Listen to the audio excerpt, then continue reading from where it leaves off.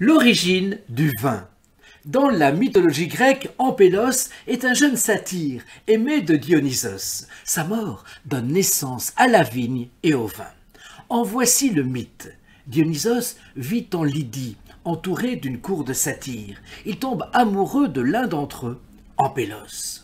Sa passion pour le jeune homme est cependant attristée par la certitude que ce dernier mourra bientôt, comme cela arrive à tous les jeunes gens aimés des dieux. Dionysos et Ampélos s'exercent dès lors, en rivalisant au cours de nombreuses épreuves sportives où le dieu laisse gagner le satyre. Lors d'un concours, Dionysos laisse précisément gagner Ampélos. Ravi de son succès, Ampélos se travestit en bacchante au cours de la célébration qui suit.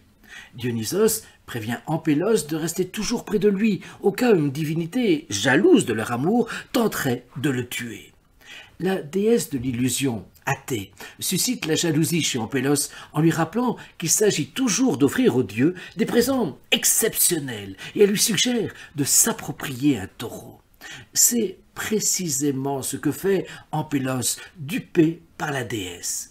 Il chevauche alors un taureau et irrite même Sélénée, la déesse de la lune, en affirmant être un meilleur monteur de taureau qu'elle. Sélénée envoie un taon piquer le taureau. Le taureau commence à ruer et Ampélos finit par tomber et se briser le crâne. Un satyre apprend à Dionysos la triste nouvelle. Dionysos apprête le corps pour les funérailles et prononce un long chant de deuil. Eros, le dieu de l'amour et de la puissance créatrice, essaie de le distraire en lui racontant l'histoire de Calamos et Carpos, deux jeunes hommes qui étaient amoureux l'un de l'autre. Au cours d'un concours de natation, Carpos se noie et Calamos, incapable de vivre sans lui, se suicide. Calamos devient les roseaux des rivières et Carpos le fruit de la terre. C'est ainsi que Dionysos, en automne, transforme Ampélos en vigne. C'est d'ailleurs l'étymologie de son nom, Ampélos, la vigne, ampélographie, science de la vigne. Le vin le plus doux des nectars, la libation des dieux, est désormais la joie de Dionysos, la joie de Bacchus. La vigne, liane comme le lierre d'ailleurs, témoigne bien de cette fusion, de cet amour tout à fait fusionnel entre les amants. Ainsi, Dionysos a certes pleuré, mais c'était pour tarir les larmes des mortels. Le vin, n'est-il pas là en effet pour sécher nos pleurs?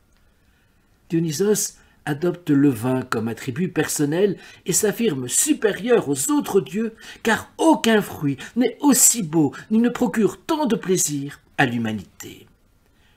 Il est bien évident qu'avec Ampélos, on peut aisément comprendre la victoire de la vie sur la mort, une immortalité conquise par une forme de renaissance.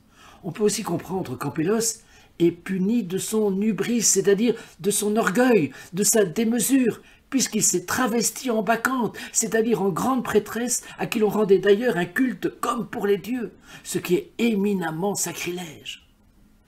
Une seconde variante de ce mythe est donnée sur les origines du vin. La vigne poussait à l'insu de tous jusqu'à ce que Dionysos aperçoive un serpent en train de sucer le jus des grappes.